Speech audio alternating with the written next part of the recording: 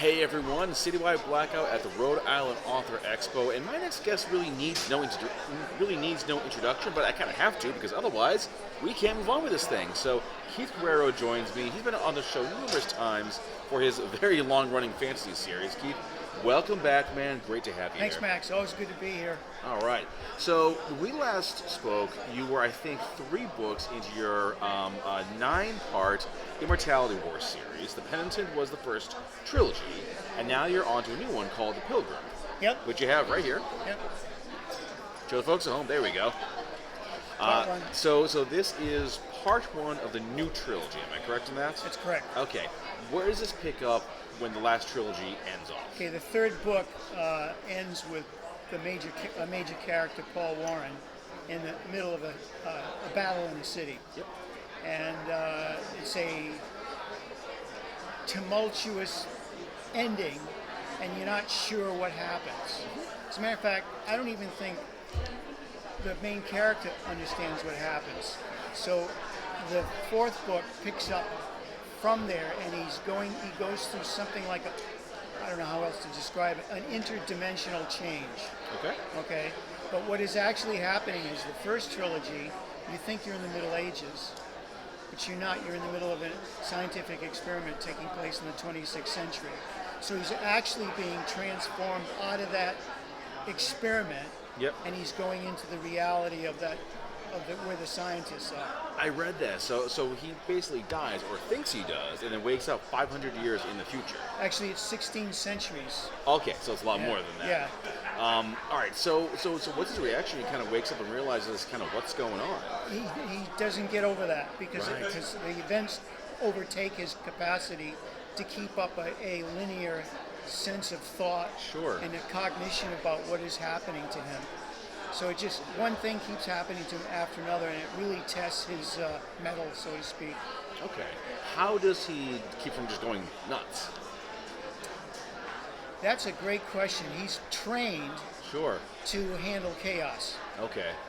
and he's trained to be able to put that kind of doubt, trepidation, to box it, to categorize it, to put it in a box so that he doesn't have to think about it, because he's in the middle of a war-torn situation.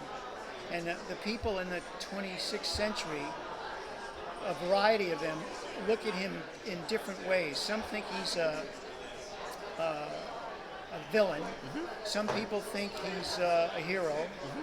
Some people think he's the answer genetically to the quest for immortality.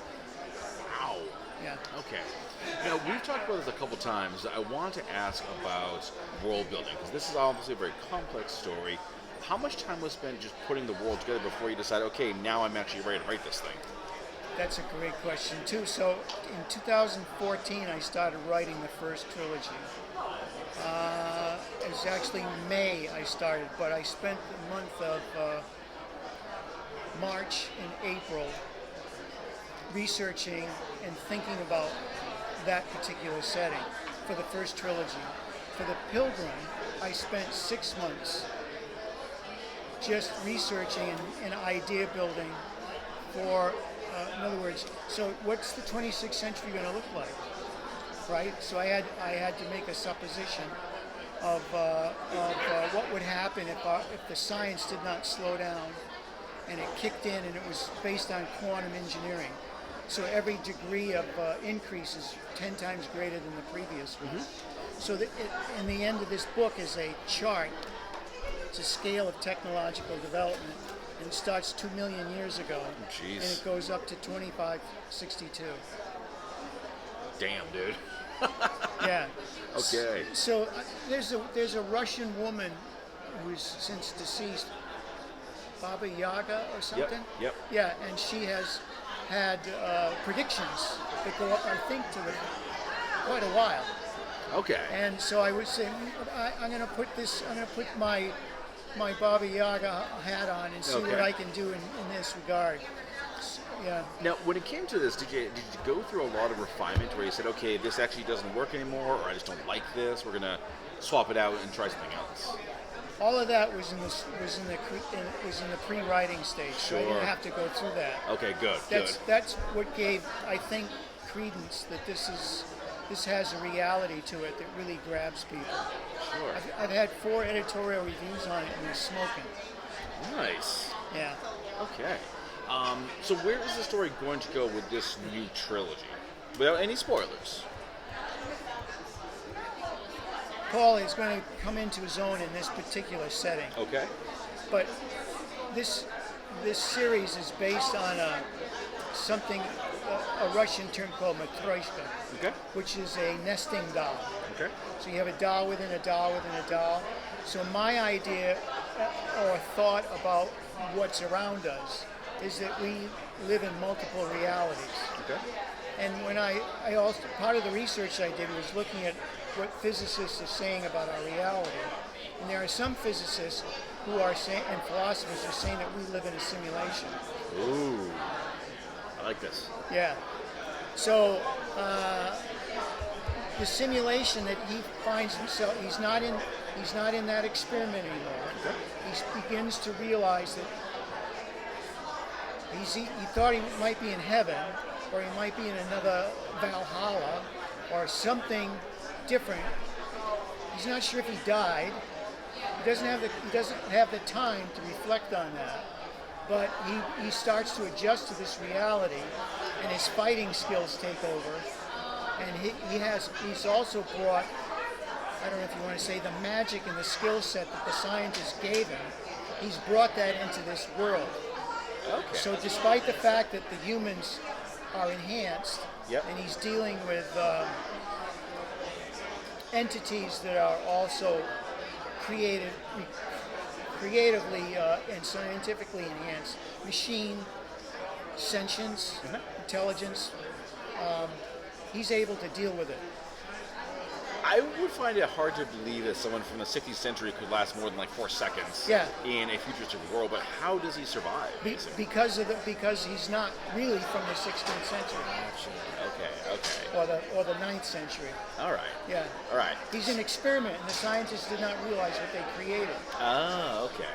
All right. So, moving on with like the world building, you actually have a panel here today at the expo, which is all about like mind mapping, right? Correct. Okay. What? Did you see the mind maps that were created? Yeah, Yes, yeah. So. Otherwise, I couldn't keep it all straight. Yeah. So, what's this one all about? This book here? No, the Oh, panel. the presentation. Yeah, the panel. From 1982 to 92, I was at Harvard's Graduate School of Education, and they let me they let me study creativity. They let me put together my own package. Sure. I had to take certain core courses, but they let me put together coursework that would enhance my understanding of creativity and critical thinking. And I took 3 courses at MIT because they had a reciprocal relationship with Harvard. As a matter of fact, I think there's 10 colleges and universities that do that with one another. So part of that work on creativity, I was able to come up with tentative conclusions on what one can do to enhance creativity. So mind mapping is a piece of that. Oh, okay. All right. How has that helped you as a writer? I used to try to write stories without planning them. Okay. Just, Oh, boy. Just, let's just spill it out. And I only would get so far. So I remembered something. I went to school with Stephen King. You mentioned that before. Yeah, and I had to actually when I went on his blog site to see how he was doing. Doing okay, you know? Yeah, this was in 2014, and what he was saying in that particular blog post, he had told me over 50 years ago. It took me 50 years to figure this out, Max. I'm a little slow. It's a good thing I have some longevity here. There you go. Yeah, he basically said he writes 2,000 words a day with 4 days off. Oh. And so I said to myself, okay, so I can't write 2,000 words. I'm not Stephen King. I can't do that. So I said, what about 1,000? Now, 500 I can do. So I said, okay, so now I can that's a goal I set myself. I said, but how am I going to do this? So I remembered my work at Harvard. I said I should apply it to, physician, heal thyself. And so I started applying it to effective pre-writing strategies, and I started storyboarding it, and I started creating the mind maps. And so when I started writing, I would have on the computer screen, I would have the narrative, and just below the narrative were the storyboard cues, and I just followed the cues, and I was able to write like crazy. Nice. Yeah. Nice. And when I first started, I hit 300 words for the day, Yeah. 400 words for the day. Eventually I was writing between 1,000 and 5,000 words a day from May 26th to October 9th. So you're actually outpacing Stephen King. At some points, yeah. Nice. All right. Well, Keith, of course, the big question is, what is next for you? The 5th book. 5th book. All right. Yeah. Can you give us any hints without giving away the ending? Yeah. I can show you a picture.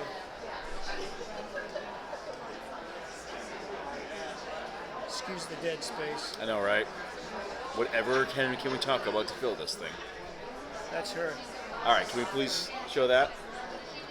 Nice. Very cool. So that's Evangel. That's going to be the cover for the 5th book. Excellent. And she's based on Joan of Arc. I like that. I like that. All right. Well, Keith, as always, great speaking with you. Thank and you, for the Max. folks at home, you go to the immortalitywars.com. It's all there. Buy the books, of course. And Keith, I'm sure we'll be talking again very soon. Thank you, Max.